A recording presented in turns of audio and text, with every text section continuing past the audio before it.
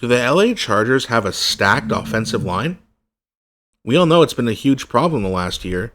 Or, well, not just the last year, but for a long time now. But with the healthy tackles coming back and the depth we added in the offseason via free agency and the draft, if they're healthy, could be a stacked offensive line. Welcome back to the Charged Up Podcast. My name's Dan. Before I continue, please don't forget to like and subscribe. Really helps grow the channel, and I appreciate you guys so much for that. So as you guys, I'm sure you guys know, this is the director, so I'm going to react to something he says here, where he's predicting that the Chargers' O-line is shockingly stacked. So we're going to have a look at this, then we'll talk about it after like usual.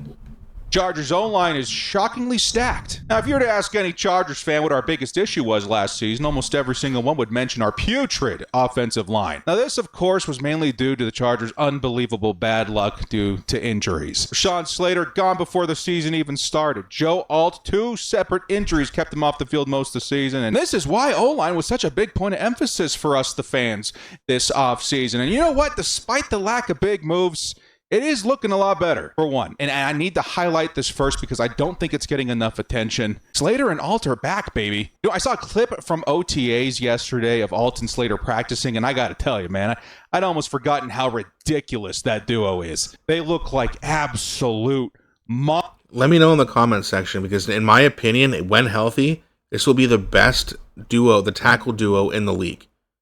Who else has a right and left tackle like these guys?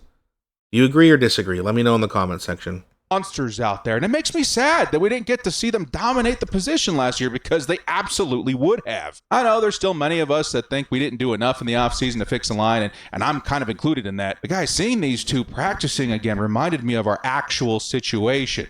We may have the best bookend tackle duo in the league, and that is massive for this new offense. Maybe just as massive as Justin Herbert. A Shanahan system requires elite play at tackle, and we've got 2 elite tackles on the roster. But it doesn't stop there. Yes, the guard spots are spotty. Rookie center Jake Slaughter's going to give it a go at guard. We'll see how that goes. We also got Trevor Penning and Cole Strange. But one of the most important moves the Chargers made this offseason, everybody seems to be forgetting. His name is Tyler Biadasz. Guys, I'm not kidding when I say the upgrade we got at center over Bradley Bozeman may be one of the most significant. Remember, Bradley Bozeman is as good of a teammate as he was. I'm sure we all remember when the guy on the Saints a couple of years ago did the gator roll on Justin Herbert's already injured ankle, kind of trying to hurt him even more. And Bradley Bozeman just went up and buried the dude. That's probably the highlight of his career. He was a well below average center. In fact, he was the worst starting center according to PFF of all last year. So to go from that to the 11th ranked center is a huge upgrade that not enough people are talking about. Not to mention, in terms of run blocking, and even a little bit during pass blocking, David Njoku can block. Charlie Kolar can block. Alec Ingold can block. We added a lot of guys who can block for the guy who carries the rock. That's very important. This year, because Herbert thrives in playing under a good center, and now we've got 2 on the roster. That got me thinking. The most vital positions on this line for this offense are absolutely loaded. 2 elite tackles, 2 great centers. That is going to translate. And last but not least, our depth is light years better than it was last year. Oh, yeah. Look at our other moves, man. Coyote Awasika, Travis Burke, Logan Taylor, Ben Cleveland, Isaiah World. 5 of our... Alex Hockey. And remember, Isaiah World likely will not play this year. He was injured, which is guaranteed the reason he was not drafted and why the Chargers were able to sign him. But they signed him knowing he's not going to be available this year. But for next year, I mean, the offensive line could be stacked, and it could be getting better in the future. Logan Taylor, Jake Slaughter, obviously. Jake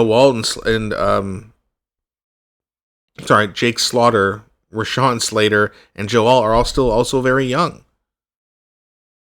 So, I mean, yeah, the future looks bright if they can stay healthy. 8 draft picks this season? We're on offensive line, man. I think a lot of us are sleeping on the potential this unit has for this season. It really does have the potential to go from one of the worst to maybe one of the best. We can cross our fingers. Yeah, I mean, I'm not going to say it's going to be the best, but it could be top 10 for sure. And to give Justin Herbert and all those weapons that we have, the young, speedy weapons that we have, a top 10 offensive line, could be really scary. And that's something that I can definitely endorse and get behind. Let me know in the comment section what you think. Where do you think the Chargers offensive line is going to rank after the season? And do you think that we have the best bookend tackle duo in the league? Please don't be shy. Thanks for watching, and I'll be back shortly with a new one.